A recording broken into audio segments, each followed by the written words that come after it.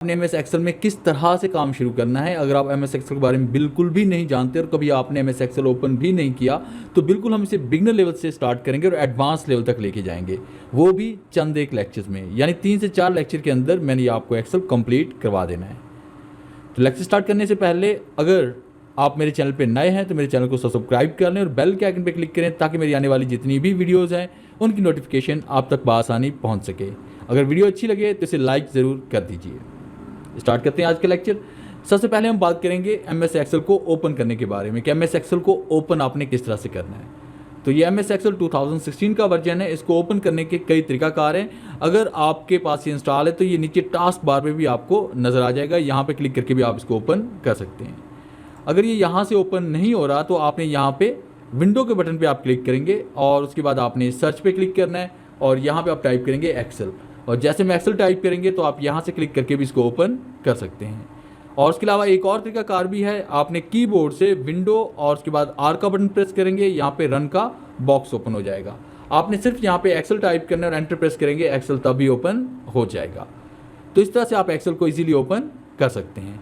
सबसे पहले हम बात करेंगे एक्सेल के यूज़र इंटरफेस के बारे में कि एक्सेल के किस हिस्से को क्या नाम दिया गया है, क्योंकि कोई भी काम शुरू करने से पहले उसके बारे में जानकारी ज़रूरी है। जब तक आपको उसके पार्ट्स के बारे में नहीं पता होगा, उसके किसी भी हिस्से के बारे में नहीं पता होगा, तब तक आप उसमें ठीक तरह से काम नहीं कर सकेंगे।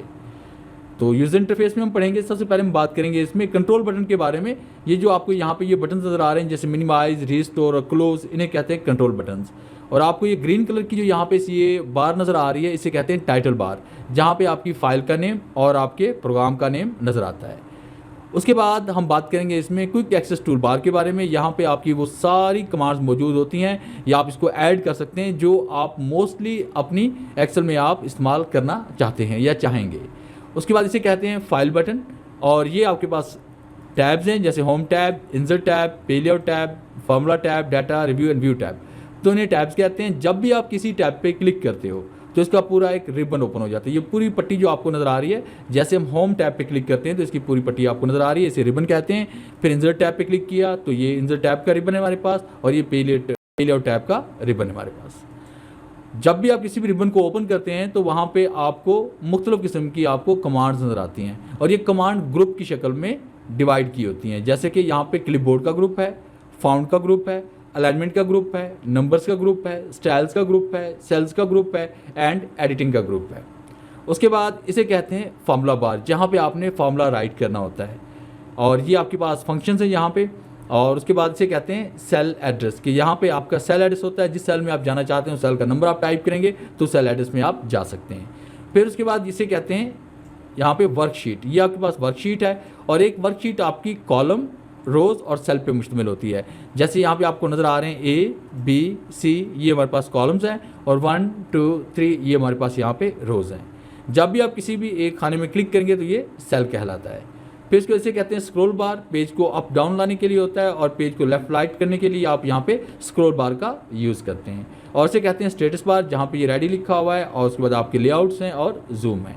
तो ये हो जाएगा इसका यूज़र इंटरफेस, जिसको आपने याद करना है और जहन नशीन करना है। उसके बाद हम बात करेंगे कि हमारे पास जब भी हम यहाँ पे एक्सेल की शीट ओपन करते हैं तो एक शीट के अंदर कितने कॉलम्स और कितनी रोज़ होती हैं या कितने पेजेस होते हैं। ये जानने के लिए हमने क्या करना है कि यहाँ पे सबसे पहले ये कॉर्नर आपको नज़र आ रहा है ए और 1 के दरमियान। जैसे हम यहाँ पे क्लिक करेंगे तो कंप्यूटर आपको बता रहा है, मैं इसे थोड़ा सा बड़ा कर लेता हूँ ऐसे, कि जैसे हम यहाँ पे क्लिक करते हैं तो इसमें 10,48,576 रोज़ हैं और 16,384 कॉलम्स हैं। तो यहाँ पे आप मुकम्मल कॉलम की तादाद और रोज़ की तादाद को आप यहाँ पे देख सकते हैं। और उसके बाद अगर यहाँ पे आप पेजेस की तादाद मालूम करना चाहते हैं कि इसमें टोटल पेजेस हमारे पास कितने हैं, तो ये जानने के लिए आपने यहाँ पे पेज ब्रेक पे आप क्लिक करेंगे, ये लास्ट वाली कमांड पे, और उसके बाद यहाँ पे आपने कोई डाटा राइट करना है। डाटा राइट करके आप राइट एरो प्रेस करते रहें। तो इस तरह से आप देख लेंगे यहाँ पे ये पेज नंबर 1 है हमारे पास, और उसके बाद आप कंट्रोल के साथ आपने राइट एरो प्रेस करना है ताकि आप आखिरी पेज पे चले जाएँ। तो यहाँ आप देख रहे हैं आपके पास टोटल 1821 पेज हो गए आपके लेफ्ट टू राइट की तरफ। फिर कंट्रोल के साथ आपने डाउन एरो प्रेस करना है, और उसके बाद आप यहाँ पे आप देख रहे हैं कि इसमें आपके पास यहाँ पे टोटल पेज की तादाद यहाँ पे आपके पास शो हो रही है। इसमें 4,60,06,020 पेजेस आपके पास एक शीट के अंदर होते हैं, और इस तरह की ना जाने कितनी शीट्स आप यहाँ पे खुद क्रिएट कर सकते हैं।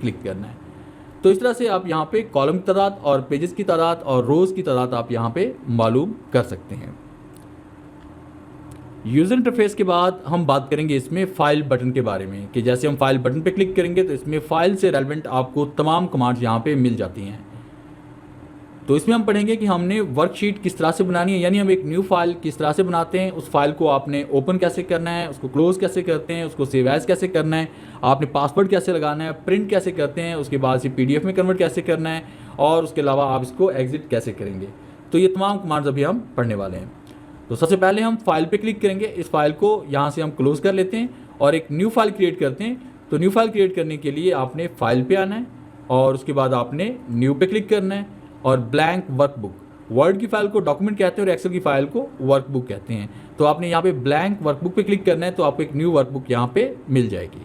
उसके बाद आपने यहाँ पे कुछ भी टाइप करना है, जैसे मैंने यहाँ पे लिखा नेम टैब का इस्तेमाल किया, क्लास टैब का यूज़ करें, रोल नंबर टैब का यूज़ किया, subject tab, marks tab, total tab and obtain tab and उसके बाद रिजल्ट टैब का यूज़ कर लिया। इस तरह से कोई भी डाटा आप यहाँ पे टाइप कर लें। डाटा टाइप करने के बाद आपने इस फाइल को आप सेव करना है, तो सेव करने के लिए फाइल पे आएंगे और उसके बाद आपने सेव पे क्लिक करना है और उसके बाद आपने यहाँ पे डेस्कटॉप पे सेव करना चाहते हैं तो आप यहाँ पे क्लिक करें और ब्राउज पे क्लिक करके आप अपने उस पाथ में चले जाएं, उस ड्राइव में चले जाएं या उस फोल्डर में चले जाएं जहाँ पे आप डाटा को सेव करना चाहते हैं। जैसे कि मैं यहाँ पे D ड्राइव में या C ड्राइव में डाटा को सेव कर रहा हूँ। तो C ड्राइव में डाटा को कभी भी वैसे सेव नहीं करते, क्योंकि C ड्राइव के अंदर आपकी विंडो होती है और विंडो जब भी करप्ट होती है तो C ड्राइव में पड़ा डाटा आपका ज़ाया हो जाता है। तो फाइल को हम सेव करते हैं इसमें किसी और लॉजिकल ड्राइव में, जैसे D ड्राइव मेरे पास है। आपने न्यू फोल्डर पे क्लिक करना है और उसके बाद यहाँ पे एक्सेल 2016 का मैं फोल्डर बना रहा हूँ और उसके बाद मैंने यहाँ पे इसको नाम दिया माई न्यू फाइल कह लेते हैं और यहाँ पे सेव करते हैं, एंटर प्रेस करते हैं तो फाइल आपकी सेव हो जाएगी। जैसे फाइल आपकी सेव होगी तो ये देखिए ऊपर टाइटल बार पे फाइल का नेम आ चुका है कि यहाँ पे फाइल इस नाम से सेव है या इस नाम से ओपन है। अब उसके बाद इसको अगर आप क्लोज़ करना चाहते हैं तो फाइल पे क्लिक करेंगे और उसके बाद आपने क्लोज़ पे क्लिक करना है, फाइल क्लोज़ हो जाएगी। फाइल को ओपन करने के लिए फाइल पे आना है, ओपन पे क्लिक करेंगे एंड उसके बाद आपने यहाँ पे ब्राउज़ पे आना है और ये देखिए कि आपका ऑटोमेटिकली वही पाथ यहाँ पे ओपन होगा जहाँ पे लास्ट टाइम आपकी फ़ाइल ओपन हुई थी या सेव हुई थी। तो ये देखिए फाइल में यहाँ पे नज़र आ रही है, इसको सेलेक्ट करें और इसे ओपन करें, फाइल ओपन हो जाएगी। और इसी तरह से अगर आपको पाथ नज़र अगर नहीं आ रहा तो आप फाइल पे क्लिक करेंगे, ओपन पे आप आएंगे, आपने ब्राउज़ पे क्लिक करना है, फिर उसके बाद आपने D ड्राइव में चले जाना है और उसके बाद आपने माइक्रोसॉफ्ट एक्सेल के फोल्डर में जाना है, फाइल को सिलेक्ट करना है और इसको ओपन कर लेना है। फाइल आपके पास ओपन हो जाएगी। इस तरह से भी फाइल को आप ओपन कर सकते हैं। इसका एक और तरीकाकार भी है कि अगर आप यहाँ पे फाइल को ओपन करना चाहते हैं तो आपने ओपन पे क्लिक किया, अब आपको ब्राउज़ पे जाने की ज़रूरत नहीं है, रीसेंट पे क्लिक करके आप यहाँ पे टुडे यानी आज की डेट में जो फाइल्स यहाँ पे सेव हुई हैं उनका रिकॉर्ड यहाँ पे मौजूद होगा। यहाँ पे तकरीबन आपकी 25 से 30 फाइलों का रिकॉर्ड यहाँ पे मौजूद होता है और उसमें जितनी फाइल्स आपने ओपन की होती है वो सारी यहाँ पे मौजूद होती हैं और यहाँ पे क्लिक करके भी आप फाइल को ओपन कर सकते हैं। और सबसे आखिर में जो फाइल आपकी ओपन होती है वो उसका रिकॉर्ड यहाँ पे सबसे ऊपर टॉप पे आता है। तो इस तरह से भी आप फाइल को ओपन कर सकते हैं। फिर उसके बाद हम यहाँ पे नेक्स्ट वन बात करेंगे सेव एज के बारे में कि सेव एज क्या होता है। अगर आपके पास एक फ़ाइल ऑलरेडी पहले से सेव है, चाहे वो आपने यहाँ पे रिजल्ट कार्ड बनाया हुआ है, चाहे आपने यहाँ पे अटेंडेंस शीट क्रिएट की हुई है, आपने सैलरी शीट क्रिएट की हुई है, आपने बजट शीट बनाई हुई है, कोई भी डाटा आपने एक्सेल में कंपोज किया हुआ है और आप चाहते हैं कि उसकी एक डुप्लीकेट क्रिएट करना, उसकी एक कॉपी क्रिएट करना चाहते हैं और आप चाहते हैं कि जो डाटा इसमें है वो इस फाइल में भी रहे और किसी और फाइल में भी सेव हो जाए, तो उसके लिए हम फाइल पे आएंगे एंड सेव एज पे क्लिक करेंगे। तो सेव एज पे जैसे हम क्लिक करते हैं आपके सामने सेव एज का वही बॉक्स ओपन होता है जो सेव का था। अब आप ब्राउज पे क्लिक करें, अब आप देखें आपके पास फाइल माई न्यू फाइल के नेम से सेव है और दूसरी फाइल हम यहाँ पे सेव कर रहे हैं रिजल्ट कार्ड के नाम से। और जैसे हम सेव पे क्लिक करेंगे तो अब ये फाइल आपकी रिजल्ट कार्ड के नाम से भी सेव रहेगी और माई न्यू फाइल के नाम से भी सेव रहेगी। इस तरह से आप फाइल्स की आप कॉपीज़ क्रिएट कर सकते हैं। अब आप जो भी चेंजिंग करेंगे वो आपकी यहाँ पे रिजल्ट कार्ड में चेंजिंग होगी, मगर आपकी माई न्यू फाइल में चेंजिंग नहीं होगी क्योंकि वो फाइल अलग है और ये फाइल अलग हमारे पास पड़ी हुई है। फिर हम फाइल पे आते हैं, इसको यहाँ से क्लोज़ करते हैं, क्लोज़ करने के बाद फाइल पे आएंगे, ओपन पे आएंगे और यहाँ पे क्लिक करके देखें दोनों में से किसी भी फाइल पे देखें हम क्लिक करेंगे तो फाइल आपकी ओपन हो जाएगी। अब देखें कि जो फाइल हमने लास्ट में क्लोज़ की है उसका रिकॉर्ड यहाँ पे आ रहा है, जैसे रिजल्ट कार्ड यहाँ पे लिखा हुआ है, हम जैसे यहाँ पे क्लिक करेंगे तो फाइल ओपन हो जाएगी। अब आपने देखा कि यहाँ पे आकर कोई भी आपकी फ़ाइल को इस तरह से ओपन कर सकता है, तो हम इस पर सिक्योरिटी अप्लाई करना चाहते हैं कि कोई भी आकर आपकी फ़ाइल को इस तरह से ओपन ना कर सके। तो इसे पासवर्ड अप्लाई करने के लिए आपने फ़ाइल पे आना है और उसके बाद आपने सेव एज पे आना है। याद रखिएगा, किसी और नाम से सेव करने के लिए भी सेव एज पे आना है, और फाइल पे पासवर्ड अप्लाई करने के लिए भी आपने सेव एज पे आना है। आप यहाँ पे सेव एज पे क्लिक करें, फिर उसके बाद आपने ब्राउज पे आना है, और यहाँ पे देखिए फाइल का नेम नहीं चेंज करेंगे, नेम फाइल का हमारा वही का वही रहेगा, फाइल का नाम नहीं चेंज करेंगे। और इस नाम पे हम पासवर्ड लगाना चाहते हैं तो आपने टूल्स पे आना है, फिर उसके बाद आपने जनरल ऑप्शन पे आना है, और यहाँ पे अपने password to open and password to modify दर्ज करेंगे। जैसे मैंने यहाँ पासवर्ड लगा दिया 1 2 3, और उसके बाद मैंने यहाँ पे नीचे पासवर्ड वही सेम मैंने दर्ज कर लिया, एंड ओके क्लिक करते हैं, री एंटर पासवर्ड टाइप करते हैं, एंड ओके क्लिक करते हैं 1 2 3 एंड ओके, और उसके बाद मैंने इसे सेव कर दिया। तो आपकी फाइल यहाँ पे सेव हो जाएगी, और इसे यस कर देना है आपने। अब उसके बाद यहाँ पे देखें कि आपका पासवर्ड अप्लाई हो चुका है, पासवर्ड को हम सेव भी कर चुके हैं। अब इस फाइल को एक बार आपने क्लोज करना है, ताकि हम इस फाइल को दोबारा ओपन करके चेक कर सकें कि आया कि इस पर पासवर्ड अप्लाई भी हुआ है कि नहीं। आप जैसे रिजल्ट कार्ड पे क्लिक करेंगे तो आपके सामने यहाँ पे देखिए फाइल बिना पासवर्ड के ओपन नहीं हो रही। तो आपने यहाँ पासवर्ड एंटर करना है, अगर आप दुरुस्त पासवर्ड एंटर करेंगे तभी फाइल ओपन होगी। जैसे 1 2 3, और उसके बाद मैंने ओके क्लिक कर दिया, फिर इसके बाद 1 2 3 और मैंने एंटर प्रेस कर लिया या ओके क्लिक किया, तो आपकी फाइल ओपन हो जाएगी। और अगर आप कोई रॉन्ग पासवर्ड टाइप करते हैं, जैसे मैंने यहाँ पे फाइल को क्लोज किया, फाइल पे आते हैं, ओपन पे आते हैं, फाइल को सिलेक्ट करते हैं, 1 2 3 4 5 6 7 8 9 मैंने रॉन्ग पासवर्ड टाइप किया, और उसके बाद ओके क्लिक किया, तो आप देखिए यहाँ पे the password you applied is not correct. तो यहाँ देखिए आपकी फाइल का पासवर्ड जो है ना ये करेक्ट नहीं है, तो आपने दुरुस्त पासवर्ड टाइप करके आप फाइल को ओपन कर सकते हैं। जैसे 1 2 3 एंटर, 1 2 3 एंटर प्रेस करें, फाइल ओपन हो जाएगी। तो इस तरह से आप पासवर्ड अप्लाई कर सकते हैं। और उसके बाद अगर आप पासवर्ड को चेंज करना चाहते हैं या पासवर्ड को आप रिमूव करना चाहते हैं, तो आपने सेव एज पे आना है दोबारा, फिर इसके बाद आप ब्राउज पे जाएंगे, और उसके बाद आपने टूल्स पे आना है एंड जनरल ऑप्शन पे क्लिक करेंगे। तो पासवर्ड को यहाँ पे हम डिलीट करके नया पासवर्ड भी यहाँ पे लिख सकते हैं। और पासवर्ड को यहाँ से डिलीट करने के बाद नया पासवर्ड अगर नहीं लिखना चाहते, पासवर्ड को रिमूव करना चाहते हैं, तो ख़त्म कर दें, आप ओके क्लिक करें एंड सेव कर लें। याद रखिएगा पासवर्ड अप्लाई करने के बाद भी फाइल को सेव करना है, पासवर्ड चेंज करने के बाद भी सेव करेंगे, और पासवर्ड रिमूव करने के बाद भी आपने फाइल को सेव करना है, ताकि की गई तब्दीलियाँ उसके साथ ही सेव हो जाए। तो आप फाइल पे आए, फाइल पे क्लिक करने के बाद आपने इसे क्लोज करना है, और उसके बाद हम फाइल पे आते हैं, और उसके बाद फाइल को ओपन करते हैं, तो आप देखें ये फाइल बिना पासवर्ड के ओपन हो जाएगी। तो इस तरह से हम पासवर्ड को अप्लाई एंड रिमूव या चेंज भी कर सकते हैं। और आगे हम नेक्स्ट कमांड में हम पढ़ने वाले हैं कि हमने यहाँ पे इस फाइल को, इस शीट को प्रिंट कैसे करना है। तो प्रिंट करने के लिए आपने फाइल पे आना है, और उसके बाद आप प्रिंट पे क्लिक करेंगे, या कीबोर्ड से आप कंट्रोल P प्रेस करेंगे। तो फिलहाल हम प्रिंट पे क्लिक करते हैं। आपके सामने जैसे हम प्रिंट पे क्लिक करते हैं तो ये देखिए आपके सामने इस तरह से ये दो बॉक्सेस ओपन हो जाएंगे, एक प्रिंट सेटिंग का है और दूसरा प्रिंट प्रीव्यू का है। तो प्रिंट प्रीव्यू में आप देख रहे हैं कि आपका यहाँ पे जो डाटा जिस तरह से प्रिंट होगा वो यहाँ पे नज़र आ रहा है। तो यहाँ पे आपको कोई लाइन आपको नज़र नहीं आ रही, क्योंकि जब तक हम बॉर्डर अप्लाई नहीं करेंगे एक्सेल में तब तक आपकी लाइंस प्रिंट नहीं होती। हम स्केप प्रेस करते हैं तो यहाँ पे लाइंस आपको नज़र आ रही हैं, ये सारी ग्रिड लाइंस है, ये इलेक्ट्रॉनिक सेल्स हैं, ये बाहर तो आपको नज़र आते हैं, मगर आप जैसे इसको प्रिंट करते हैं ये प्रिंट में नज़र नहीं आते जब तक आप इस पर बॉर्डर अप्लाई नहीं करते। तो बॉर्डर के बारे में आगे हम कुछ देर के बाद आगे पढ़ने वाले हैं। तो फिलहाल कंट्रोल P प्रेस करते हैं या फाइल और प्रिंट पे क्लिक करते हैं तो हमारे सामने ये बॉक्स ओपन होगा। तो ये आपका प्रिंट प्रीव्यू है कि आपका पेज प्रिंट होने के बाद इस तरह से प्रिंट होगा। और उसके बाद हम बात करेंगे कॉपीज़ के बारे में कि इस पेज की कितनी कॉपीज़ हमें चाहिए। तो यहाँ पे नंबर ऑफ़ कॉपीज़ की आप तादाद दर्ज करें, जैसे मुझे यहाँ पे 3 कॉपीज़ इसकी चाहिए, और उसके बाद जैसे मैं प्रिंट पे क्लिक करूँगा तो इस पेज की 3 कॉपीज़ प्रिंट हो जाएंगी।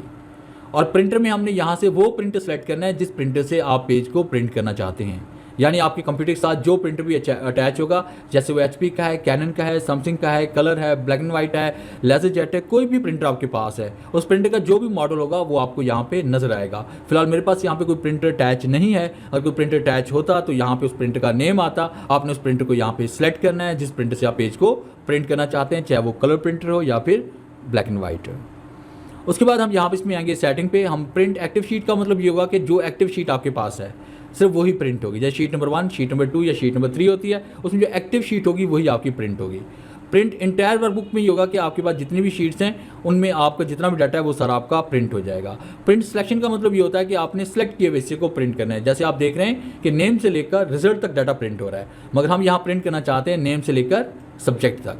तो आप फाइल पे आते हैं और उसके बाद आपने प्रिंट पे क्लिक करना है, और उसके बाद हम यहाँ पे क्लिक करेंगे, प्रिंट सिलेक्शन पे क्लिक करेंगे, तो आप देखें नेम से लेकर सब्जेक्ट तक डाटा प्रिंट हो रहा है, बाकी डाटा आपका प्रिंट नहीं हो रहा। और उसके बाद अगर आपके पास पेजेस ज़्यादा हैं, यानी आपने 10 से 15 पेज आपने बनाए हुए और आप कहते हैं कि पेज नंबर 3 से लेकर पेज नंबर 6 तक आप डाटा प्रिंट करना चाहते हैं और बाकी पेजेस को आप प्रिंट करना नहीं चाहते, तो पेज नंबर 3 प्रिंट होगा, 4, 5 और 6 तक प्रिंट होंगे, इसके अलावा कोई और पेज आपका प्रिंट नहीं होगा। अगर आप क्वालिटेड पे क्लिक करते हैं तो इसमें क्या होगा कि आपके पेजेस सारे तरतीब से प्रिंट होंगे, यानी हर पेज की 3 कॉपीज हमें चाहिए। और उसके बाद कॉपीज़ कैसे प्रिंट होंगी, पहले पेज नंबर 3 प्रिंट होगा, फिर 4 होगा, फिर 5 होगा, फिर 6 होगा, इस तरह से एक सेट हो जाएगा। फिर इसके बाद 3, 4, 5, 6 इसका दूसरा सेट, फिर 3, 4, 5, 6 इसका तीसरा सेट प्रिंट होगा। अगर आप क्वालिटेड पे क्लिक करते हैं तो पेजेस तरतीब से आएंगे। अगर आप अनक्वालिटेड पे क्लिक करते हैं तो इसमें क्या होगा कि पहले पेज नंबर 3 की 3 कॉपीज़ हो जाएंगी, फिर 4 की 3 हो जाएंगी, फिर उसके बाद 5 की 3 हो जाएंगी, फिर उसके बाद 6 की 3 हो जाएंगी। तो इस तरह करके हर पेज की अलग अलग से कॉपीज़ प्रिंट होंगी। और उसके बाद अगर आप पोर्ट्रेट पे क्लिक करेंगे तो पेज आपका लंबाई में प्रिंट होगा, और अगर आप लैंडस्केप पे क्लिक करते हैं तो पेज आपका चौड़ाई में प्रिंट होगा। तो इस तरह से आप यहाँ पे ओरिएंटेशन भी सिलेक्ट कर सकते हैं। और उसके बाद आपने यहाँ पेपर साइज सेलेक्ट करना है कि आपने किस पेज पर आपने पेज को प्रिंट करना है, कि आया कि वो A4 साइज़ है, लेटर है, लीगल है, तो जो भी पेपर का साइज़ है वो आपने यहाँ पे सिलेक्ट करना है, चाहे वो लेटर हो, चाहे वो लीगल हो, चाहे A4 हो। तो ज़्यादातर हम A4 साइज़ यूज़ करते हैं, तो मैंने यहाँ पे A4 साइज़ सेलेक्ट कर लिया। और उसके बाद हम मार्जिन पे आते हैं। मार्जिन क्या होता है कि आपने लेफ्ट, राइट, टॉप, बॉटम आपने कितना स्पेस देना है। तो यहाँ पे नॉर्मल मार्जिन पे हम क्लिक करते हैं और उसके बाद आप देखें कि आपका ये टॉप का इतना मार्जिन होगा, लेफ्ट का इतना होगा, राइट का इतना, और बॉटम से इतना मार्जिन हमारे पास मौजूद होगा। तो उसके बाद जैसे हम प्रिंट पे क्लिक करेंगे, जो सेटिंग आपने की है उसी सेटिंग के मुताबिक आपके पेज प्रिंट होना शुरू हो जाएंगे। और उसके बाद नेक्स्ट कमांड हम पढ़ने वाले हैं, इसमें एक्सपोर्ट के बारे में बात करेंगे कि हम अपनी एक्सेल की फ़ाइल को PDF में किस तरह से कन्वर्ट करते हैं। जैसे कि हमारे पास यहाँ पे एक फ़ाइल है, यहाँ पे name, class and roll number लिखा हुआ है, मैं इसको यहाँ PDF में कन्वर्ट करना चाहता हूँ। और उसके लिए मैंने फ़ाइल पे आना है, फ़ाइल पे क्लिक करने के बाद एक्सपोर्ट पे क्लिक करेंगे एंड क्रिएट PDF पे क्लिक करेंगे। PDF क्या होता है? Portable document format. इसका फ़ायदा क्या होगा? इसका फ़ायदा ये होगा कि अगर आपने कोई एक्सेल में कोई शीट क्रिएट की हुई है और उसके बाद आपने किसी को ईमेल करनी है तो उसे PDF में आप सेंड कर दें। अगर आप चाहते हैं कि किसी को ये फ़ाइल आप कॉपी करके देना चाहते हो और आप चाहते हैं कि वो शख्स में चेंजिंग ना कर सके तो उसे PDF में आप कन्वर्ट करके दे दें। और अगर आप चाहते हैं कि अगर फ़र्ज़ कीजिए कि आपने ये फ़ाइल किसी को सेंड की है या किसी को कॉपी करके देना चाह रहे हैं और उस शख्स के पास वहाँ पे एक्सेल मौजूद नहीं है और आप चाहते हैं कि ये फ़ाइल बिना एक्सेल के ही ओपन हो जाए, तब भी आप इसको PDF में कन्वर्ट करके दे सकते हैं। तो PDF में कैसे कन्वर्ट करनी है? आपने फ़ाइल पे क्लिक करना है। फ़ाइल पे क्लिक करने के बाद हम यहाँ पे क्लिक करेंगे एक्सपोर्ट पे एंड उसके बाद क्रिएट PDF पे क्लिक करना है और उसके बाद क्रिएट PDF XPS पे आप क्लिक करेंगे और उसके बाद आपने यहाँ से वो पाथ सेलेक्ट करना है जहाँ पे आप इस PDF फाइल को सेव करना चाहते हैं, जैसे कि डेस्कटॉप, और ये रिजल्ट कार्ड के नाम से हो रही है हमारे पास, और यहाँ पे PDF में ये हो रही है और इसे पब्लिश करना है। ये सेव नहीं होती, ये पब्लिश होती है। और जैसे हम इसे पब्लिश करेंगे तो ये ऑटोमेटिकली आपकी फ़ाइल ओपन हो जाएगी। ये देखिए बिना एक्सेल की ये फ़ाइल आपके पास ओपन हो चुकी है। अब ना तो इस डाटा को हम डिलीट कर सकते हो, ना ही कुछ यहाँ पे राइट कर सकते हैं। तो इस तरह से आप यहाँ पे इस फाइल को PDF में कन्वर्ट कर सकते हैं। और ये फाइल देखिए आपके पास यहाँ पे डेस्कटॉप पर भी आ चुकी है, तो डबल क्लिक करके हम इसको यहाँ से ओपन कर सकते हैं। तो फिलहाल हम यहाँ पे इस फाइल को क्लोज़ करते हैं। और उसके बाद नेक्स्ट कमांड में पढ़ने वाले हैं इसमें होम टैब के बारे में, कि होम टैब में कौन सी कमांड इसमें आ रही है, इसमें कौन कौन से ग्रुप्स के बारे में आज हम बात करने वाले हैं। इसमें क्लिपबोर्ड ग्रुप है हमारे पास, फाउंड ग्रुप है, अलाइनमेंट है, नंबर्स हैं, स्टाइल्स हैं, सेल ग्रुप है एंड एडिटिंग ग्रुप है। तो आज हम होम टैब के बारे में भी साथ में पढ़ने वाले हैं। सबसे पहली जो कमांड इसमें आ रही है वो कट की आ रही है, कि आप किसी भी तहरीर को कट करके एक जगह से दूसरी जगह लेके जाना चाहते हैं। इसके लिए आप कट और पेस्ट का यूज़ करते हैं। तो आपने इसके लिए तहरीर को सिलेक्ट करना है। सेलेक्ट करने के बाद हमने इसको कट करना है। जैसे हम इसे कट करेंगे तो ये देखिए वहाँ पे आपके पास एक सिलेक्शन के ऊपर एक यहाँ पे आपको एक एक्शन आपको नज़र आ रहा है। अब जब तक आप दूसरी जगह पे क्लिक करके इस तहरीर को पेस्ट नहीं करते तब तक ये तहरीर जहाँ है वहीं की वहीं रहेगी। वर्ड में ऐसा नहीं होता। वर्ड में जैसे आप तहरीर को कट करते हैं वो तहरीर वहाँ से गायब हो जाती है, मगर एक्सेल में जब तक आप तहरीर को दूसरी जगह पेस्ट नहीं करते तब तक वो तहरीर वहीं की वहीं रहती है। और जैसे आप पेस्ट पे क्लिक करते हैं तो ये तहरीर एक जगह से दूसरी जगह शिफ्ट हो जाती है। अगर आप कॉपी करना चाहते हैं तो यहाँ पे क्लिक करते हैं। कॉपी करने से क्या होगा, ये तहरीर वहाँ भी रहेगी और किसी और जगह भी हम इसको बारी बारी पेस्ट कर सकते हैं। अब उसके बाद देखिए जैसे हम इसे पेस्ट कर रहे हैं तहरीर यहाँ पे पेस्ट हो रही है और जब तक ये सिलेक्शन मौजूद है आपकी। और उसके बाद जैसे हम किसी भी सेल को एक्टिव करते हैं, वहाँ पे कुछ राइट करते हैं, तो आप देखें यहाँ पे सिलेक्शन खत्म हो गई और पेस्ट की कमांड भी यहाँ पे डिसेबल हो चुकी है। तो इस तरह से हम यहाँ पे कट भी कर सकते हैं, कॉपी भी कर सकते हैं और पेस्ट भी कर सकते हैं। और उसके बाद एक और कमांड में पढ़ने जा रहे हैं पेज स्पेशल, कि अगर आप किसी भी कॉपी की हुई तहरीर को या कट की हुई तहरीर को आप यहाँ पे पेज स्पेशल करना चाहते हैं तो आप उस तहरीर को सिलेक्ट करें, उसे कॉपी करें, फिर उसके बाद वहाँ पे क्लिक करें जहाँ पे इसको आप पेस्ट स्पेशल करना चाहते हैं, और उसके बाद आपने यहाँ पे पिक्चर पे क्लिक कर लेना है, और जैसे हम क्लिक करते हैं तो ये देखिए आपकी तस्वीरी शक्ल में यहाँ पे पेस्ट हो जाएगी। तो आगे चल के हम मजीद पेस्ट स्पेशल की कमांड के बारे में पढ़ेंगे कि आपने फॉर्मेटिंग को कैसे पेस्ट करना है, आपने फॉर्मूलाज को कैसे पेस्ट करना है, आपने कंटेंट्स को कैसे पेस्ट करना है, आपने हाइपरलिंक को कैसे पेस्ट करना है, ये आगे चल के हम एडवांस में पढ़ेंगे। तो फिलहाल आपने अभी यहाँ पे पेस्ट स्पेशल की एक कमांड ये वाली करनी है कि आपने इसको पिक्चर में सेव करना है, पेस्ट करना है। उसके बाद नेक्स्ट कमांड हम पढ़ने वाले हैं यहाँ पे फॉर्मेट पेंटर। तो सबसे पहले मैं इस डाटा को यहाँ से डिलीट कर देता हूँ, और फॉर्मेट पेंटर के बारे में भी हम बात करेंगे कि यहाँ पे कुछ भी हम राइट करते हैं, जैसे मैंने यहाँ पे लिखा फाल्कन, और उसके मैंने यहाँ पे नीचे लिख दिया अकेडमी। तो कॉलम का साइज़ मैं यहाँ से बढ़ा देता हूँ, और यहाँ पे तहरीर का साइज़ भी हम कुछ एक तहरीर पे हम क्लिक करते हैं, और फिर हम इसको बोल्ड कर लेते हैं, इटैलिक करते हैं, अंडरलाइन कर लेते हैं, और उसके बाद अगर हम चाहें तो यहाँ पे बॉर्डर भी अप्लाई कर सकते हैं, यहाँ पे शेड दे देते हैं, कलर चेंज कर लेते हैं, इसका साइज़ हम बढ़ा देंगे यहाँ पे, एंड उसके बाद चाहे तो पॉइंट्स में भी इसका साइज़ हम बढ़ा सकते हैं, और उसके साथ आप इसमें इसका फॉन्ट स्टाइल भी आप इसमें चेंज कर सकते हैं, जैसे मैंने ये वाला स्टाइल कर लिया। अब देखिए इस तरह से मैंने ये सारी फॉर्मेटिंग कर ली। फॉर्मेटिंग करने के बाद मैं चाहता हूँ कि ये जो स्टाइल मैंने यहाँ पे फाल्कन पे अप्लाई किया है वही अकेडमी पे भी अप्लाई हो जाए। तो इसके लिए देखिए हम सबसे पहले उस सेल में क्लिक करेंगे जिस सेल की फॉर्मेटिंग हम दूसरे सेल पे अप्लाई करना चाहते हैं। तो आपने फॉर्मेट पेंटर पे आना है, और उसके बाद आप यहाँ पे क्लिक करेंगे। तो जैसे हम क्लिक करते हैं तो आप देखें वही स्टाइल आपका जो फाल्कन का था वो अकेडमी का भी हो गया है। तो इस तरह से यहाँ पे हम फॉर्मेटिंग भी कर सकते हैं। और उसके बाद नेक्स्ट कमांड इसमें हमारे पास यहाँ पे कि हमने अलाइनमेंट कैसे अप्लाई करनी है सेल के ऊपर, और ये कमांड तो भी मैं आपको पढ़ा चुका हूँ कि हमने बोल्ड करना है, इटैलिक करना है, अंडरलाइन करना है। अगर आप बॉर्डर अप्लाई करना चाहते हैं तो आप देखिए इन तमाम सेल्स को आप सेलेक्ट करें जिन सेल्स पे आप बॉर्डर अप्लाई करना चाहते हैं। आप ऑल बॉर्डर पे क्लिक करें, कंट्रोल पी प्रेस करें, और उसके बाद जैसे हम कंट्रोल पी प्रेस करते हैं तो आप देखें यहाँ पे आपका जो बॉर्डर प्रिंट हो रहा है। और उसके साथ यहाँ से हम शेड दे सकते हैं कि तमाम सेल को हम सेलेक्ट करेंगे, सेलेक्ट करके आप यहाँ से इसमें शेड अप्लाई कर सकते हैं। और उसके बाद अगर तहरीर का साइज़ कम करना चाहते हैं यहाँ से हम कम कर सकते हैं, यहाँ से हम इसको बढ़ा भी सकते हैं, और यहाँ से डायरेक्ट हम पॉइंट में साइज़ कम या ज़्यादा कर सकते हैं। और उसके बाद यहाँ से हम इसका फॉन्ट स्टाइल हम चेंज कर सकते हैं। तो ये आपने यहाँ से करना है। उसके बाद नेक्स्ट कमांड हम पढ़ने वाले हैं इसमें अलाइनमेंट के बारे में कि आपने सेल के अंदर लिखी हुई तहरीर पे आपने अलाइनमेंट किस तरह से अप्लाई करनी है। तो अलाइनमेंट अप्लाई करने के लिए देखिए यहाँ मैं एक और शीट बना लेता हूँ यहाँ पे, और उसके बाद मैंने यहाँ पे कुछ डाटा राइट किया। जैसे मैंने यहाँ पे लिखा ऑब्टेन मार्क्स। ऑब्टेन मार्क्स लिखने के बाद देखिए हम यहाँ से इसका साइज़ बढ़ा देते हैं। अब उसके बाद यहाँ पे हम क्लिक करेंगे रैप टेक्स्ट पे। ये कि मैं इसको थोड़ा सा कम कर लेता हूँ। रैप टेक्स्ट पे हम क्लिक करते हैं तो तहरीर देखिए आपकी 2 लाइनों में तकसीम हो चुकी है। अगर आप ऐसे भी नहीं करना चाहते तो यहाँ पे आप इस तरह से कर लें कि जैसे आपने यहाँ पे ऑब्टेन लिखा, और उसके बाद इसके नीचे एक और लाइन लिखने के लिए आपने कीबोर्ड से आल्ट का बटन प्रेस करना है, और उसके साथ एंटर प्रेस करें, और यहाँ पे आप मार्क्स लिख दें। अब देखिए आपने ऑब्टेन मार्क्स लिखा, एक ही सेल के अंदर 2 लाइनों में लिखा गया। उसके बाद जैसे मैंने यहाँ पे टोटल मार्क्स लिखा, टोटल लिख लिया, और रिजल्ट मैंने यहाँ पे टाइप कर लिया। अब ये तहरीर मेरे पास यहाँ पे आ रही है बॉटम में। तो अगर हम इसको यहाँ पे सेंटर करते हैं तो ये लेफ़्ट राइट सेंटर हो रहा है सेल का, यानी मौजूदा करंट पोजीशन का। अगर आप बिल्कुल आप तहरीर को सेंटर में लेके जाना चाहते हैं तो आपने यहाँ पे, मैं इसका जूम थोड़ा सा बढ़ा देता हूँ,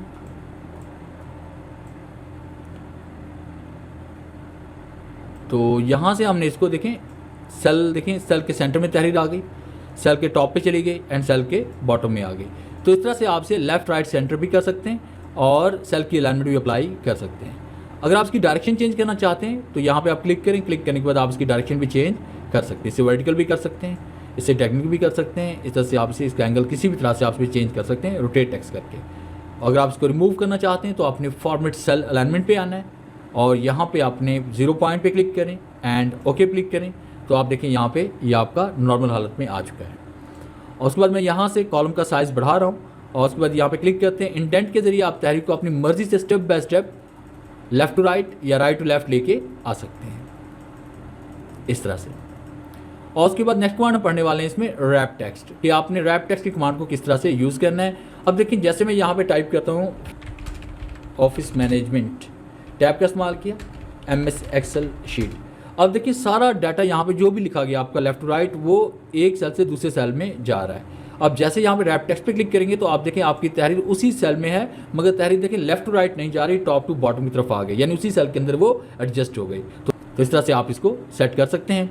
उसके बाद नेक्स्ट कमांड हम पढ़ने वाले हैं मर्ज के बारे में।